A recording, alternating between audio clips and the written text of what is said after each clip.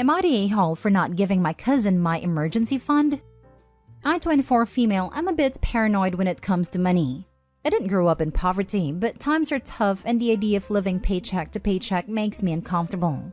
It's important to mention that now I have a stable, good-paying job, but I struggled a lot during college, since my parents weren't able to save enough for my college fund.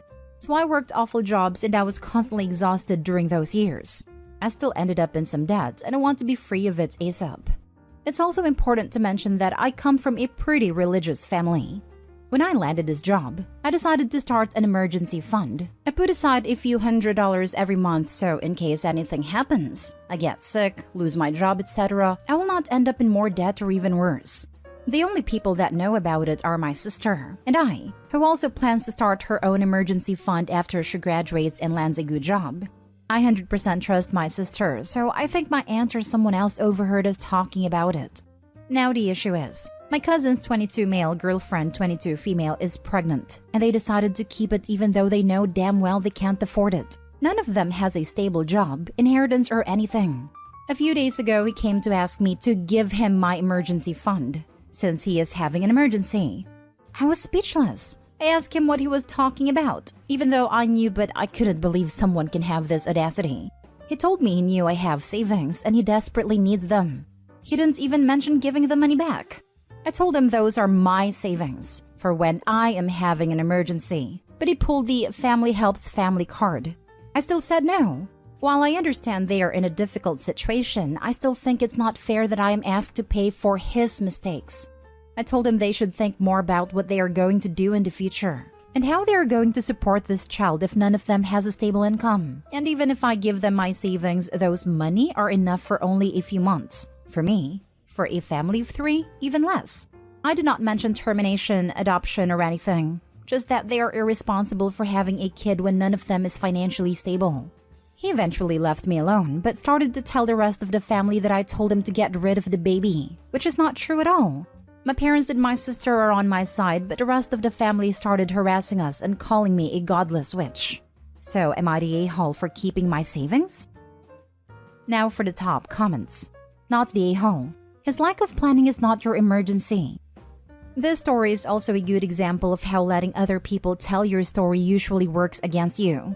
For the members of your family that you care about, I would reach out to them and clear up any misconceptions. Obviously, the people calling you godless are probably not people you want around. You could even say that you meant adoption. I'm religious, and I don't know of anyone that has a problem with giving up a baby for adoption. Not the a-hole. In my opinion, it doesn't matter who would tell the story. What they'll hear is cousin needs financial help and Opie didn't help him even though she has the money to do it. Respectfully, that is just not true. It always matters who tells the story first. That is just propaganda 101. You have probably heard the phrase, let's get out ahead of this. In TV shows, it often is used to portray a government or corporation saying they should own up to impropriety before a news organization breaks the news. They do this because it is better for them to spin it in a way that is beneficial, before someone else breaks the same story but includes tiny details that spin the story in a negative way. If his family think you are so awful, why aren't they handing over their own cash? I don't know if anyone else besides my parents has any savings, and I don't want to bring this up because I'm afraid I may give them another reason to harass me. Then go no contact with them. I would anyway, because I think you're looking at 18 years worth of demands for money here. And babysitting requests because I can see that happening too. Opie, not the a-hole. I'm a bit surprised that your pretty religious family didn't give your cousin an earful for getting his girlfriend pregnant, since they are not married yet. If he couldn't afford a kid, then he should have kept it in his pants. It is your money, not his. Family help family is fine, but what he is asking is for you to support him financially. And if he gets his hand out, he'll be back because he got a good paying job. Thank you. They actually were a bit upset with him for getting her pregnant before marriage, and I suspect this is why he lied about me suggesting an abortion. He tried to give them another person to judge. If this was the case, it worked 100%. Next story. Am I the a-hole for telling my sister to admit she was a crappy mom? I'm 45, Sarah's 51, Tom's 55, and Rose is 26. My sister Sarah is married to Tom and they have a daughter Rose. A few weeks ago, Rose and Tom got into an accident. They were carpooling to an event, and Sarah was going to go later after work. Thankfully, they're both recovering now, but Rose was significantly worse off than Tom. Sarah got the news and she called me from the hospital. I was there a few hours after Sarah and they wouldn't let me inside to see them. But Sarah came out and told me the updates on Tom. She hadn't been to see Rose yet, but she said she got her updates from the nurses. I stayed overnight at a hospital. Sarah was with Tom the entire time, and she'd come out occasionally. I'd ask her if she wanted to go to Rose, but she kept crying and saying that she was worried about Tom. So I let it go. Tom was cleared to go home 2 days later, but Rose was in for almost a week, and I was allowed to see her later. Her partner was out of state for work, but he came back and was allowed in as well.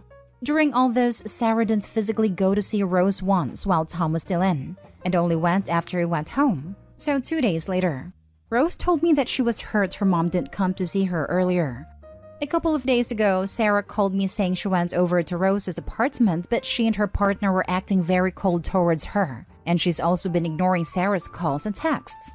I told her that she pretty much neglected Rose at hospital and hurt her feelings. Sarah said she got Rose's updates and Tom needed her a lot more. I said that Rose's situation was a lot worse, but Sarah said that she was just trying to do her best and Rose is an adult and can push through. I got tired of her excuses, so I told her to just admit that she was a crappy mom to Rose, and she's lucky they let her into the apartment at all. Sarah got upset, said I was enabling Rose's behavior. I haven't talked to her since then, but was I the a-hole for saying that?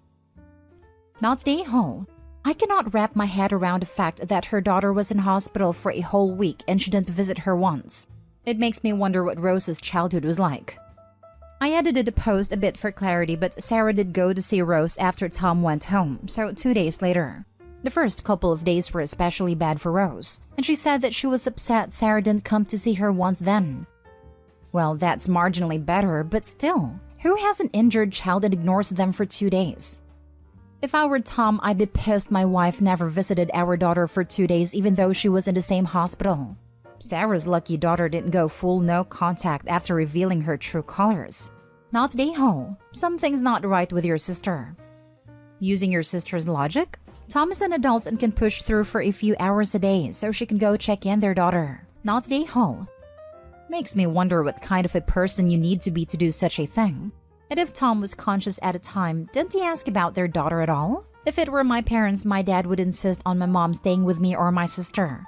I don't get some parents these days. Doesn't your child's well-being come first? Sure, your partner is important too, but if your child is significantly worse, at least split the time between them. No matter if they're 3 or 30, that's your kid. You're supposed to care. Not the a-hole. That was absolutely poor mommying.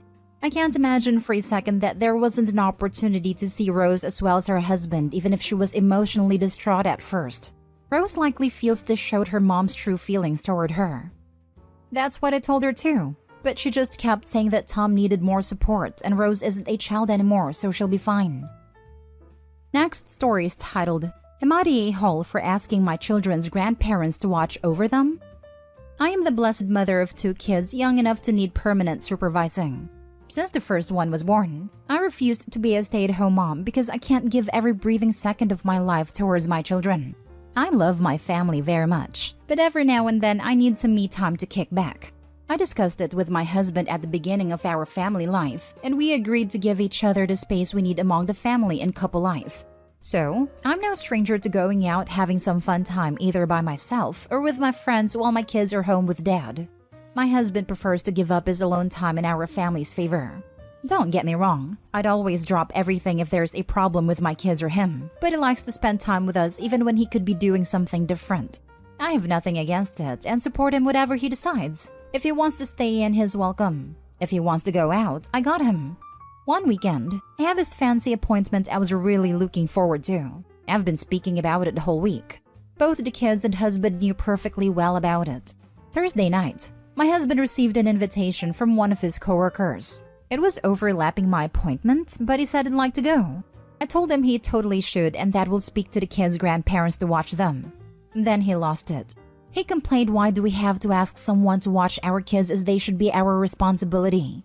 He complained about how he usually stays home with the kids when I go have fun and how I can't support him. I reminded him about a couple times he went out and I stayed in, but he said it's been more times the other way around and it's not fair. I told him it's not a freaking contest and that I'm not free, so I can't watch the kids. I don't understand why he can't accept a solution that would end all of us happy. The two of us get to have our fun and both the kids and the grandparents love to spend time each other. It almost sounds like he is jealous I'm also having a good time without him, just like he is without me. I also want to mention we have left the kids with their grandparents multiple times when we attended events together without a problem. So I don't get what's the issue now. Is it something I'm oblivious to? Info. How often would you say that you go out to do your own thing and leave your husband watching the kids? Because I'm getting the feeling that his issue isn't about this specific appointment. Maybe around 3 or 4 times a month. Sometimes more often than the other times, I guess. There are moments when I'd rather stay with the kids, but my husband attends events that would require my presence too, so I sometimes go out with him and don't feel the need to go out for a while. I also want to mention we have left the kids with their grandparents multiple times when we attended events together without a problem, so I don't get what's the issue now. Is it something I'm oblivious to? Resentment. He thinks you do your own thing too much. From some of the statements you made, it seems like it's a chore to spend time with your family. Being there if they really need it isn't the same as choosing and enjoying being with your family you created. The whole, hey, I support his decision to spend time with the kids when he doesn't have to is weird, right? Like she can't understand why he'd pick that instead of going out constantly, like she does. Opie could be a great parent. However, her language and the vibe the post gives off to me makes it seem like she wants to be anywhere else but home with her family, unless she has to be. It honestly feels like her husband wanted kids and she didn't, and that this was the compromise. Except the husband had no idea what he was asking for when he asked for it and is pissed off that Opie's sticking to the agreement. How many times has Reddit seen this in reverse and called the dad who didn't want the kids a deadbeat for it? Last story is titled, Am I the a-hole for not getting rid of my dog from my dog-phobic stepdaughter? My husband and I have a modern Brady Bunch with my 2 kids, his daughter and our child together.